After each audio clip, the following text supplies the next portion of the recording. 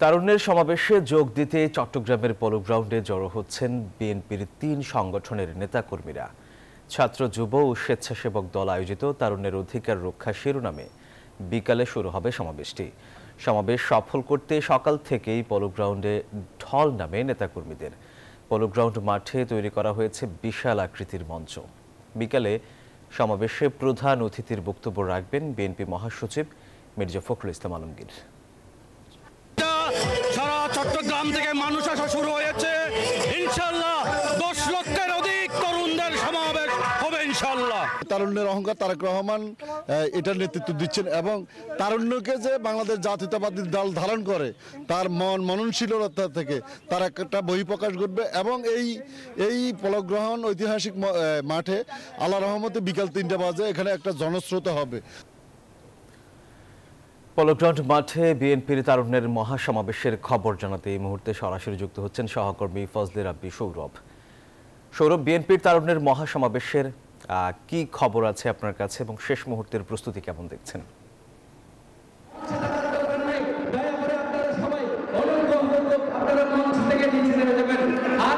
আর মাত্র ঘণ্টাখানেক পরেই কিন্তু শুরু হবে বিএনপির তারুণ্যের সমাবেশ। এই চট্টগ্রাম বিভাগের মধ্য দিয়ে কিন্তু আজকে বিএনপির যে তারুণ্যের সমাবেশ, সেই তারুণ্যের সমাবেশের প্রথম ধাপ কিন্তু আজকে চট্টগ্রামের পলো গ্রাউন্ডের মাঠের যে সমাবেশ সেটি দিয়ে শুরু হবে। আপনি জানেন যে আসলে তারুণ্যের মনোভাব বুঝতে কিন্তু বিএনপির আজকের যে সমাবেশ সেই সমাবেশটি তারা করেছে। এর আগে কিন্তু আমরা দেখেছি গতকাল কিন্তু তারা একটি সেমিনারের আয়োজন করেছে এবং জানেন যে আসলে 24শে গণ অভ্যুত্থানের পর থেকে কিন্তু তরুণদের একটি বড় অংশ কিন্তু আসলে রাজনীতির সাথে সম্পৃক্ত অবস্থায় আছেন এবং সেই ভোটের মাঠে আসলে তরুণরা একটি বড় ফ্যাক্টর হিসেবে কাজ করবে।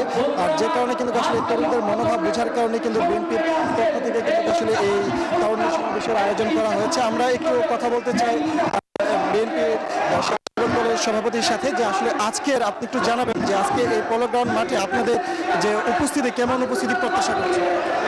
আমরা চট্টগ্রাম বিভাগ, কুমিল্লা বিভাগের সমন্বয়ে আজকের এই তারুণ্যের রাজনৈতিক অধিকার প্রতিষ্ঠার সমাবেশের ডাক দিয়েছি।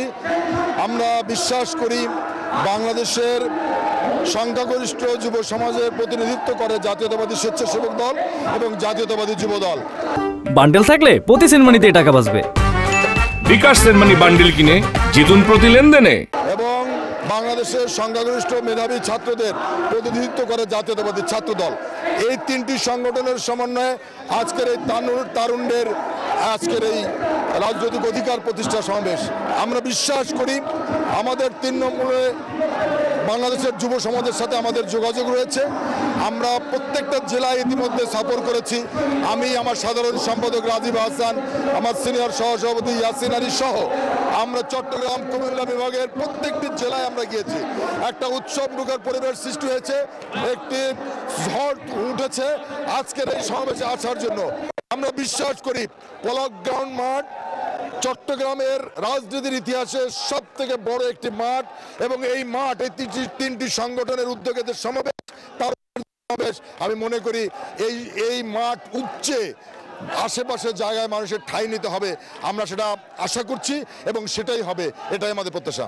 ধন্যবাদ আপনাকে। যেমনটি শুনছেন আসলে আজকে কিন্তু প্রচণ্ড যে তাপপ্রবাহ এখানে বিরাজ করছে, সেই প্রচণ্ড তাপপ্রবাহকে উপেক্ষা করে কিন্তু নেতাকর্মীরা ইতিমধ্যেই পলো গ্রাউন্ড মাঠে কিন্তু খণ্ড খণ্ড মিছিল নিয়ে আসছে। সেই সাথে তরুণদের উপস্থিতিও আমরা দেখতে পাচ্ছি এবং জানেন যে আসলে গত কয়েকদিন থেকে কিন্তু আসলে এই চট্টগ্রামে কিন্তু বিএনপির এই যে 3 সহযোগী সংগঠন, ছাত্রদল, যুবদল এবং স্বেচ্ছাসেবক দল, সেই 3 সহযোগী সংগঠন কিন্তু তারা এই আজকের এই প্রস্তুতির আয়োজন করেছে এবং দেখতে পাচ্ছেন যে আর কিছুক্ষণ পরেই এখানে তাদের তারুণ্যের সমাবেশ শুরু হবে, যেখানে প্রধান অতিথি হিসেবে উপস্থিত থাকবেন বিএনপির মহাসচিব মির্জা ফখরুল ইসলাম আলমগীর। এবং জানা যায় এখান থেকে তরুণদের জন্য নতুন বার্তা আসবে এবং বিশ্লেষকরা কিন্তু বলছেন যে আসলে তরুণদেরকে আকৃষ্ট করার জন্য কিন্তু বিএনপির এই যে 3 সহযোগী সংগঠনের যে উদ্যোগ, সেই উদ্যোগ আসলে জনমনে খুবই ইতিবাচক ভূমিকা রাখবে বলে তারা বলছেন। তো এই ছিল আমার কাছে এখানকার সবশেষ তথ্য। সৌরভ, আপনাকে ধন্যবাদ।